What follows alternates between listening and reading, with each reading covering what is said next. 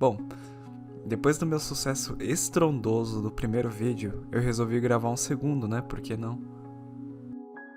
Então, meio que ficou muito popularizado a questão das apostas online no Brasil, desde o ano passado, né? 2023. Não que elas já não existissem antes, tá? Mas a abrangência cada vez mais acentuada da digitalização no país fez com que muitas pessoas pertencentes a castas sociais menos favorecidas tivessem ao menos um smartphone e o acesso à internet. As bets esportivas, né, foram as precursoras de todo esse movimento, porém as mesmas elas pavimentaram um caminho para que os cassinos online praticamente comandassem o mercado nas terras tupiniquins. As cores chamativas, as ilustrações cativantes e uma trilha sonora estridente, aquele fez com que muitas pessoas que não eram ávidas às bets esportivas, por simplesmente não gostarem de futebol, basquete, qualquer esporte, né? Porque não entende, quantos escanteios eu preciso fazer, a pessoa nem sabe o que é escanteio, entendeu? Enfim, se introduzissem ao mundo das apostas, onde apenas é necessário um clique, um botãozinho para roletar sua sorte, seu dinheiro e a sua saúde mental. No fim do mês de abril de 2024, a Ambima, a Associação Brasileira das Entidades dos Mercados Financeiro e de Capitais, emitiu uma conclusão assim, no mínimo surpreendente. O famigerado jogo do tigrinho, né, o Fortune Tiger, né, é 7 vezes maior que a Bolsa de Valores brasileira, a B3. Assim, acredito que ninguém precisa ser especialista, né, no assunto, ou coisa do gênero, para compreender que isso é uma quantidade de dinheiro descomunal rolando. Para uma plataforma de apostas que possui tão pouco tempo no Brasil, como que isso é possível? Como que um fenômeno desse ocorre?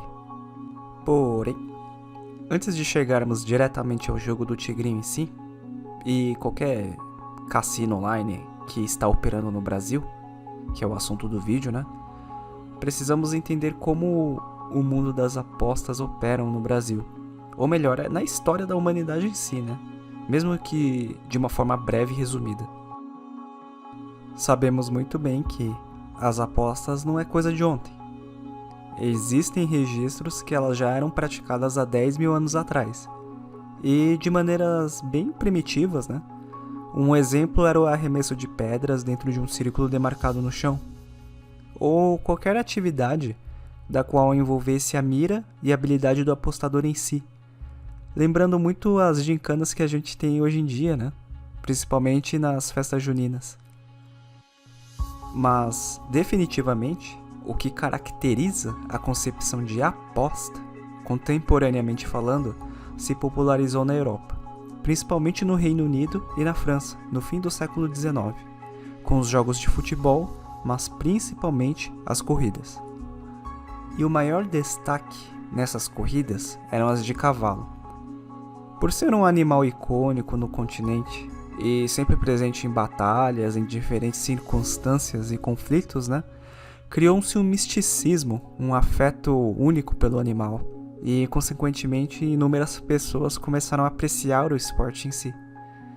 E não demorou para que este mercado também não fosse explorado, movimentando quantias de dinheiro consideráveis para a época, onde gangues, famílias e até mesmo a polícia e políticos não estivessem envolvidos no esquema todo.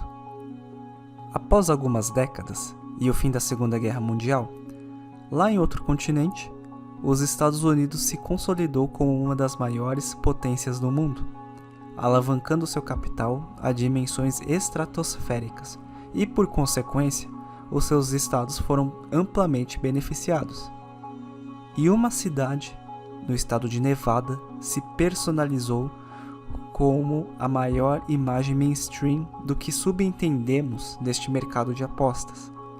Exatamente, estou falando de Las Vegas, uma das pouquíssimas cidades do país onde as apostas são legalizadas até hoje. A imagem colorida, LEDs, construções excêntricas e um polo de entretenimento impressionante, solidificou ainda mais o fascínio onde as pessoas comuns poderiam ter a chance de ficarem milionárias da noite para o dia, estimulando assim o comércio e o turismo no local. Certo. Voltando ao nosso Brasil, a gente já possuía relações consolidadas com os States, desde as primeiras décadas do século XX, com a importação de matéria-prima, principalmente do café. Logicamente, a influência americana não ia demorar para chegar aqui e começar a espelhar inúmeros modelos de negócio. E assim, o governo brasileiro começou a implementar as primeiras casas de jogos de azar nas zonas litorâneas do país, onde era permitido, com o objetivo de ser mais uma fonte de renda para realocar, principalmente no saneamento básico das cidades interioranas. Pô, o começo foi turbulento e difícil. Muitos estabelecimentos fechavam da mesma forma que abriam. Porém, a consolidação só veio quando Getúlio Vargas subiu ao poder em 1932.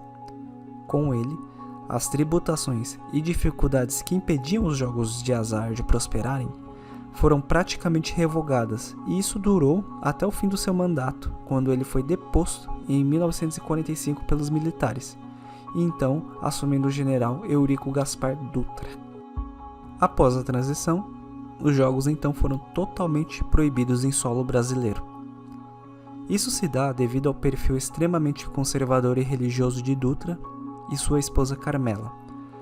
A mesma considerava que os jogos de azar eram como pecado, de acordo com os mandamentos de Deus, e também uma obra comunista, visto que as tensões pós-guerra se voltaram totalmente contra a União Soviética e a China. Nem tem um bracinho dos Estados Unidos aí, imagina. No decorrer do tempo, as casas de tavolagem, que assim eram conhecidas, foram sobrevivendo de forma bem informal durante toda a ditadura militar. É claro que rolava uma propina ali, um suborno acolá, porque era assim que as coisas funcionavam, né? E funcionam até hoje. Mas enfim, em 1993, as mesmas poderiam voltar a operar, e assim, máquinas caça-níqueis começaram a repopular agressivamente inúmeros estabelecimentos no Brasil. Quem é da década de 90, que nem eu, já presenciou uma máquina dessas em um barzinho do seu Zé, ou até mesmo em uma padaria, onde a gente ia lá comprar pão, frios e voltava sem o troco porque, já era, né? A maquininha rapou, não tinha como. Até que em 2004, né? Elas foram banidas definitivamente pelo governo, por questões de estratégia política, unindo o útil ao agradável e... Nossa, aí você já deve estar cansado com tanta explicação e contexto, tá, mas enfim. O que isso tem a ver com o Tigrinho e esses cassinos online que operam livremente se já não foi tudo banido em 2004?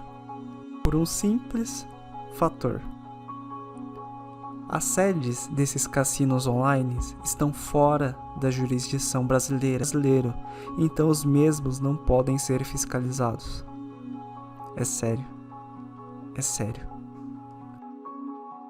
E assim, essas plataformas estão amplamente livres para operarem aqui sem qualquer fiscalização, realizando sonhos ou construindo pesadelos. E se lembra lá no comecinho do vídeo, quando eu falei que as camadas mais sensíveis da sociedade terem mais acesso à digitalização, internet e afins? Bem, ela acaba se tornando o maior target dessas empresas. E isso assim, se intensifica quando vemos influenciadores, figuras públicas vendendo uma imagem totalmente distorcida de como é fácil ganhar dinheiro e se tornar rico da noite para o dia através do uso dessas plataformas. Vamos para um exemplo? Tá lá o fulano X no seu horário de almoço da firma, cansado e com fome depois de empilhar um monte de saco de batata. Aí ele abre o celular lá e vê um influenciador com uma conta corrente farta no app, andando de iate e com um monte de carro na garagem. Ou a gente pega a Ciclana Y, que viu alguém no celular com roupas caras, uma mansão e comendo nos melhores restaurantes ao redor do mundo. Tudo porque ela não conseguiu entrar no ônibus superlotado no ponto onde ela mal conseguia se esconder na chuva durante a noite. Sonhos, objetivos, são combustíveis para a nossa existência. Mas, se vemos pessoas vendendo esses atalhos, por que nenhum dos dois exemplos que eu citei não estariam dispostos a arriscar tudo para sair de uma vida dessas? Imagina proporcionar uma vida melhor para si e para os seus entes queridos? É assustador. Mas é mais assustador ainda são as outras pessoas que vendem essa mentira.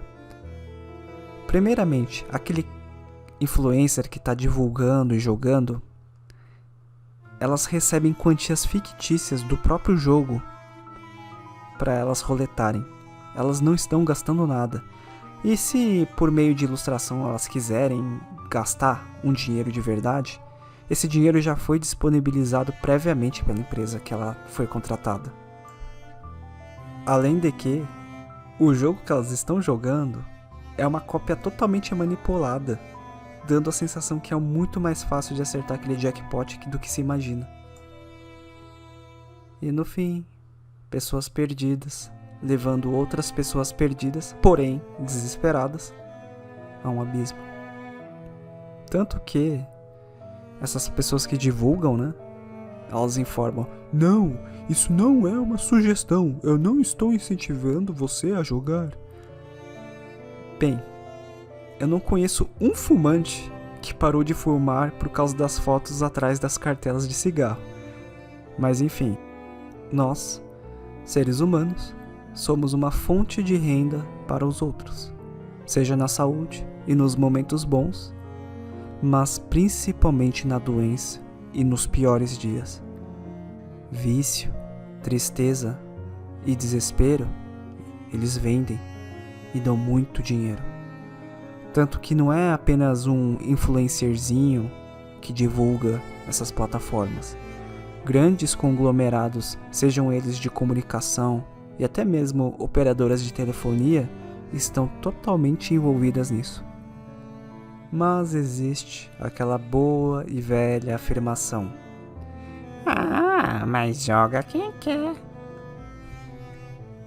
Bom, se você consegue pensar dessa forma, agradeça. Você não é uma das pessoas que estão doentes dentro desse abismo. Pelo menos, por enquanto. As apostas existem no mundo inteiro.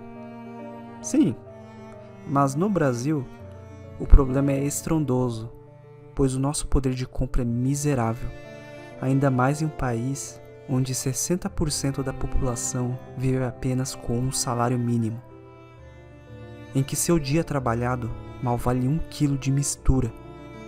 E São Paulo, recentemente, sendo uma das cidades mais caras para se viver no mundo, à frente de Tóquio, Miami, Zurique e Paris.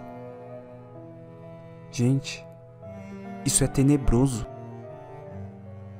E a perspectiva não é nada animadora. Casos de pessoas que perderam tudo, ou estão perdendo agora, neste exato momento, não acaba hoje e não acabará em um futuro próximo. Se você se encontra dentro desses jogos, procure ajuda. Não existe vergonha, não existe orgulho nessa situação. Existe você, sua saúde mental e todos aqueles que se importam com você. E para quem não entrou ainda, bem, se perguntassem para mim, eu começaria em não apostar o meu futuro. Se cuida.